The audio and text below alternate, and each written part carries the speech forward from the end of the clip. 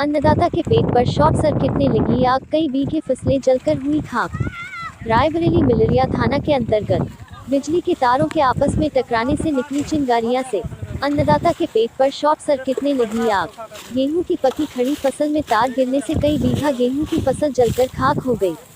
तेज हवाओं के कारण बढ़ती हुई आग पर ग्रामीणों तथा फायर ब्रिगेड के जवानों की कड़ी मशक्कत के बाद काबू पाया गया।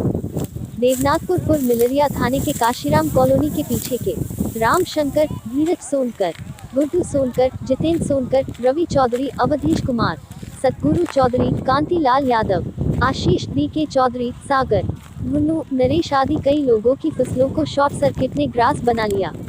इन अन्नदातों का क्या होगा जिनकी कई बीघे फसल जलकर खाक हो गई खाक।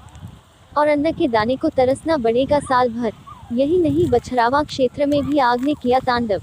मंजू द्विवेदी पुत्र रामशंकर द्विवेदी निवासी मुबारकपुर, आलोक द्विवेदी तथा अनुज द्विवेदी की 5 बीघे फसल, नंद नंदन तिवारी पुत्र बद्री प्रसाद निवासी राजा मऊ की लगभग 1 बीघा फसल, वहीं ओम प्रकाश पुत्र गुरु प्रसाद निवासी सांपों की 1 बीघा, जाफर पुत्र जान मोहम्मद निवासी राजा मऊ की 1 बीघा, दयादीन पुत्र गुरु प्रसाद निवासी सांपों की लगभग 1 बीघा तथा निर्दोष कुमार पुत्र हनुमान प्रसाद निवासी राजा मऊ की 1 बीघा। इन लोगों की गेहूं की फसल देखते ही देखते जलकर खाक हो गई।